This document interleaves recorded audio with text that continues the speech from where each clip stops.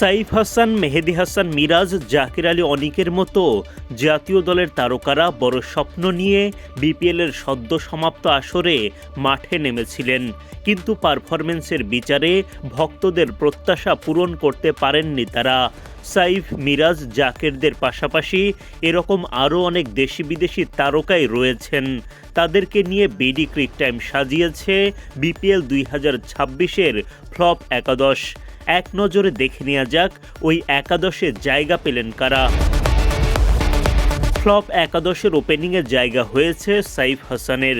গেল এশিয়া কাপে দুর্দান্ত পারফরম্যান্সে কামব্যাক করেন সাইফ।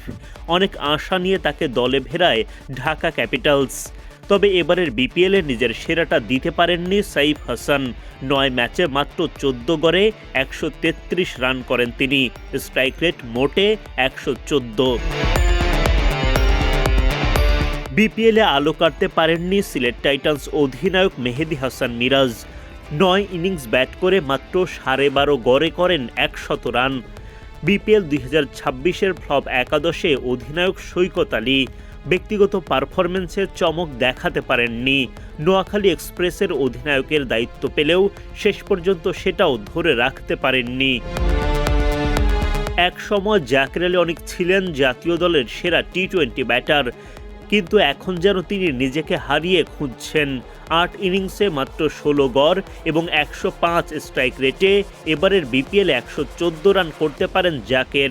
আরেক ফ্লপ তারকা নুরুল হাসান সোহান 8 ইনিংস ব্যাটিংয়ের সুযোগ পেয়ে 12 গড় ও 84 স্ট্রাইক রেটে করেন মাত্র 49 রান।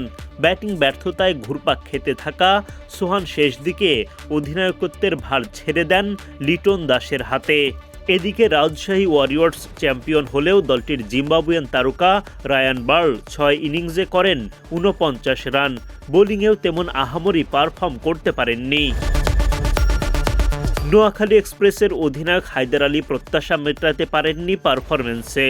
10 ম্যাচে 108 স্ট্রাইক রেটে করেন 171 রান। গুরুত্বপূর্ণ সময়ে আউট হয়ে দলের ব্যর্থতার বোঝা বাড়ান। ফ্লপ একাদশে বোলিং লাইন আপে আছেন আবু হায়দার রনি, রাকিবুল হাসান, আকিব জাভেদ ও বিলাল সামি।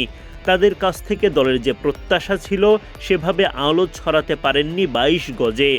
এই ফ্লপ একাদশে দ্বাদশ খেলোয়াড় হিসেবে থাকবেন আলোচিত মারকুটে ব্যাটার হাবিবুর রহমান সোহান। 8 ইনিংস সুযোগ পেয়ে মাত্র 89 রান করতে পারেন এই টপ অর্ডার ব্যাটার।